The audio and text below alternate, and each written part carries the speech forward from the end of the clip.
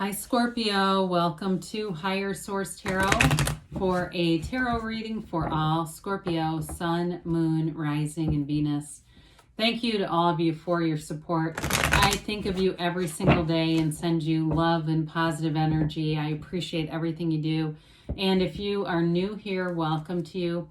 I post new readings every Friday, then again on Monday. So if a reading doesn't resonate, come back in a couple of days. You could also check other parts of your chart.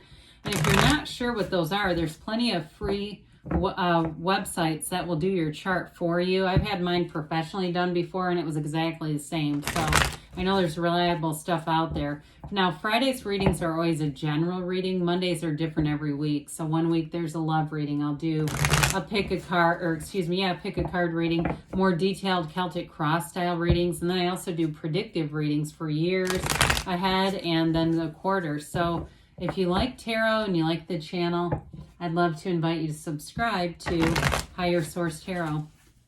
All right, what advice do you have for Scorpio? Sun, Moon, Rising, and Venus. What does Scorpio need to know, please?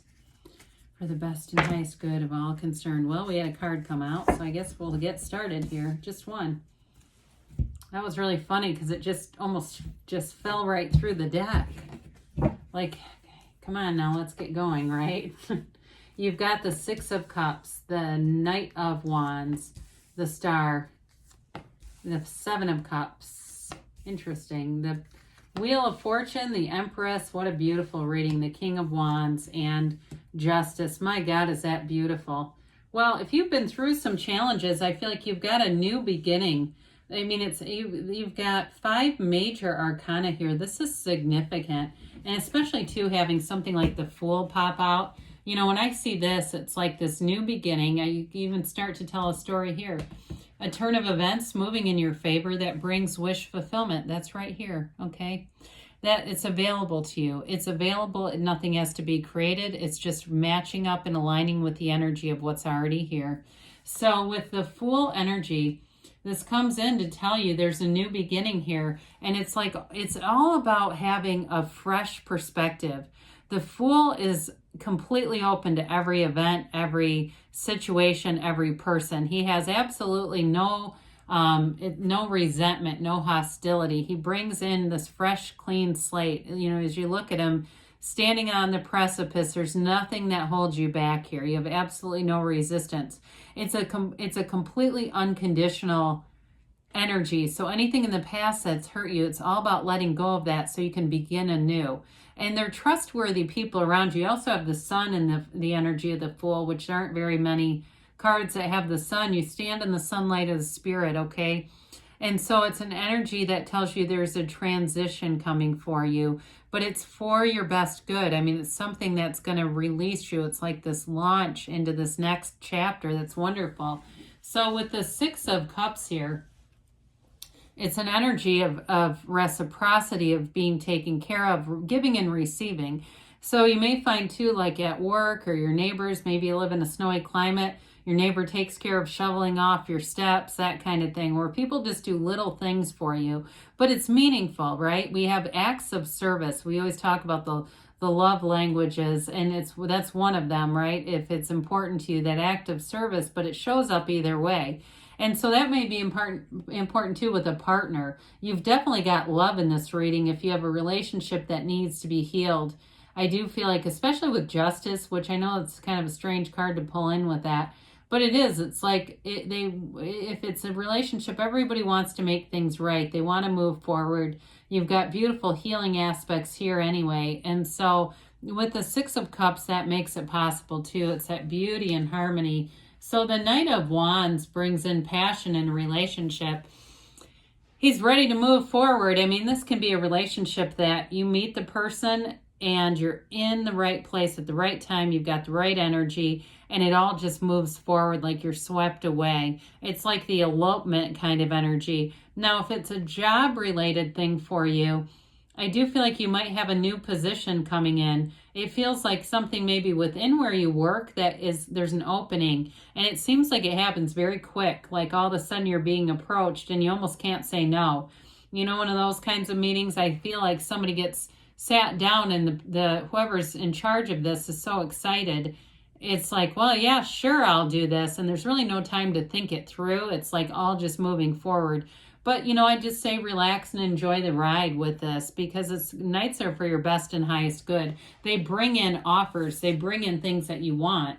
So with the Star card being here, this is a card of meditation, and we like that with the energy of the Fool. When the Fool or the Soul meets the Star in the Major Arcana, that's when you learn about hope, and you have this inner calm, inner peace, and you know that everything is right in the universe. Nothing needs to be changed.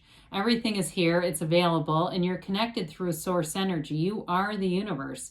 So I do feel like you're going to have, like I said before, people going out of their way to help you more. Not that you need a tremendous amount of help, Scorpio, but I do feel like it's that energy where those little things mean a lot. Now, before we get too much farther, we've got here Libra and Aquarius and Leo and Taurus and Earth in general. We've got water, fire, all right? So I just wanted to acknowledge some of the signs in case those are something significant for you. So the Seven of Cups brings in lots of choices. Like I said, there's going to be an energy where I do feel like there's a choice, and I don't feel like it's a decision. Like you could refuse to do it, but I don't feel like you're going to want to. For others of you too, though, in a relationship, again, it moves forward quickly. And the reason why I feel like this is here is you have all these different directions you could go in, and you're wanting to use your discernment. So meditate again. I mean, be in that place where you can be tranquil.